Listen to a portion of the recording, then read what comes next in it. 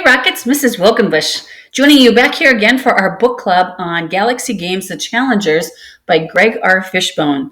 We are going to do chapter 12 today. Are you ready? Here we go. Platte Bluff, Nevada. 24 hours before the most important event in human history, Tyler changed into his soccer jersey and cleats. Only a few kids from the soccer team had shown up for practice, but others had eagerly joined all day because of the new kicking drill Mr. Bogus had invented. It was just like the old kicking drill, except the goalie was called the Missile Defense System and the ball was called Tai Sato. Some kids lined up to take a turn as the Missile Defense System. The rest lined up to kick the crap out of Tai Sato. Eric Parker pushed his way to the front of the line. Take that, Tai Sato. Hee-haw! He booted the ball past the Missile Defense System and into the goal. Tyler felt like his insides were about to explode. First, his dad had just about moved into the observatory. Then his mom had gotten slammed by Yolanda on national TV. His sister hated him. He'd lost his best friend, and now his name was being kicked around the soccer field. So he grabbed the ball and ran. Hey, shouted Mr. Bogus. Where are you going with that, Tai Sato? Tyler left the field and dodged past the reporters. He ducked between their satellite trucks and kept going. Downtown Platte Bluff was just a cluster of stores and the main campus of the Platte Bluff Institute of Science. Tyler found a bench to sit on while he hugged the soccer ball to his chest. He lost track of time. He noticed that people all around him were shouting, but he didn't care. Tyler had his own problems. Except people weren't shouting in pain or anger. They were all saying things like, Yahoo! Hooray! What's going on? Tyler asked a woman passing by with an oversized backpack strapped to her shoulders. Haven't you heard? She asked. Tyler shook his head. It's a ship. Tyler blinked back at her. What's a ship? Tai Sato. It's close enough to see now, and it's not a killer asteroid after all. It's an honest-to-goodness alien spaceship. So my star isn't an asteroid. My star is a spaceship. Wow. They declared tomorrow as International Holiday, Tai Sato Day. It'll be the biggest celebration in the history of the world. But the spaceship still might be coming to destroy us.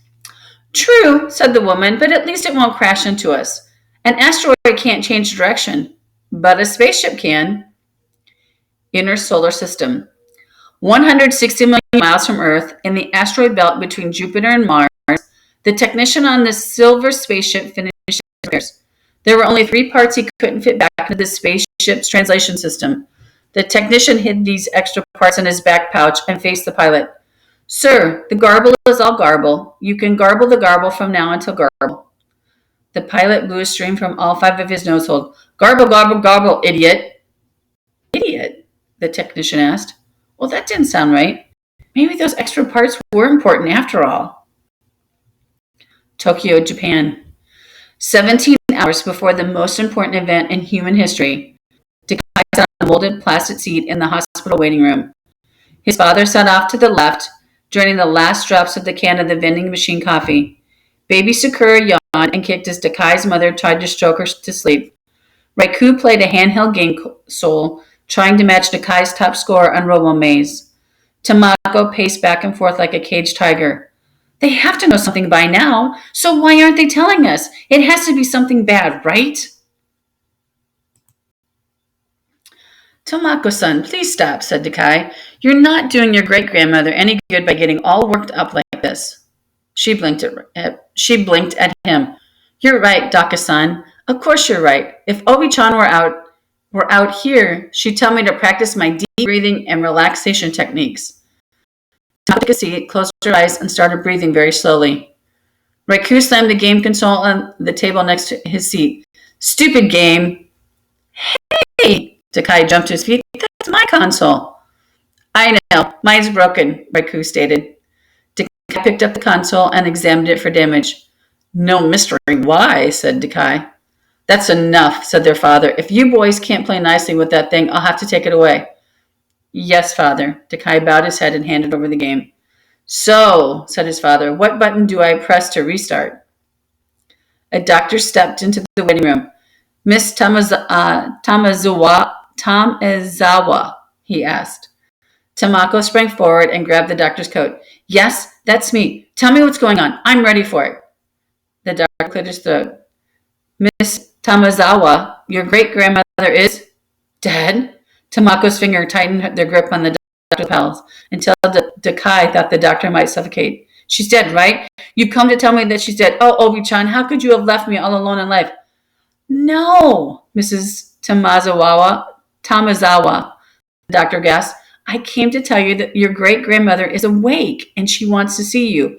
But you won't have much time with her because she's dying, Tamako said. Oh, no, this is the worst day of my life. How long does she have, doctor? Hours, minutes. The doctor bristled. You won't have much time with her because she's scheduled for a stress test in about an hour. Tamako screamed in panic. A stress test? That sounds awful. Will you have to cut her open? We will be testing her reaction to stress, the doctor stated. Oh, good, said Tamako. Obi-chan deals with stress well. I can't imagine why she would have to, the doctor finally succeeded in prying his coat out of Tamako's grip. He gestured to the door. Dazo? Dakai got up to follow them. Do you mind if I go in alone? Tamako added him. You might make her anxious. I think it would be best to expose Obi-chan only to calming influences like me. The doctor coughed. Tamako turned to him. What? Do you think I'm not a calming influence? I didn't say that. The doctor coughed again. I think I might just need a lozenge. Dakai sat back down. I'll be here if you need me, Tamako-chan. Arigato, Daki-kan. I hope her great-grandmother is going to be all right, said Dakai's mother, as Tamako and the doctor exited through a set of wooden doors. From what Tamako says, she sounds like a very strong woman for her age. Dakai thought about Tamako's great-grandmother cracking her stick against Jun Takada's kneecaps.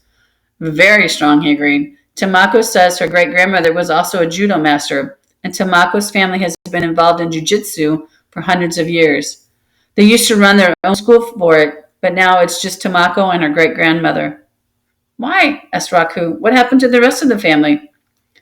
Dakai shook his head. Something she hasn't wanted to talk about, but it's just been Tamako and her great-grandmother for a few years now. And pretty soon it will be just Tamako, said Dakai's father. Dakai and his mother glared at him. What? He asked. What did I say wrong now? Tamako returned to the waiting room about 30 minutes later. Well? Asked Dakai. Tamako shook her head. She looked so pale, and her skin, and her eyes, and she had this tube running into her arm. But when she grabbed my wrist, she still seemed to have all of her strength. She looked down at the fresh bruise on her arm. I guess that's a good thing. And she told me she was sorry. For what? Said Dakai. Tamako shrugged.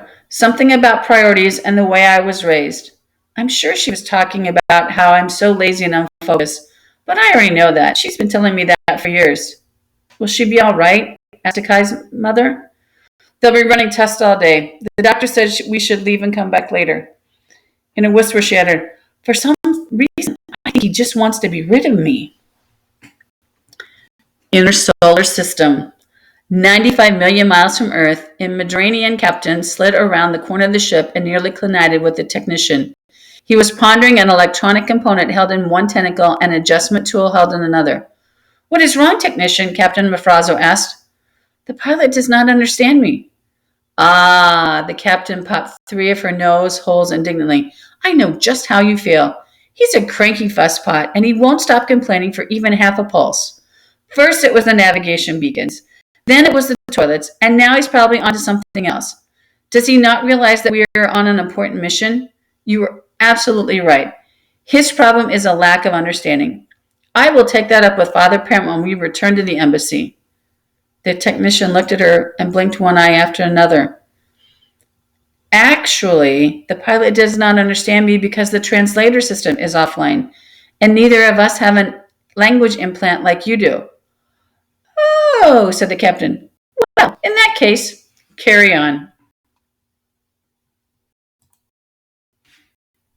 And that's the end of chapter 12.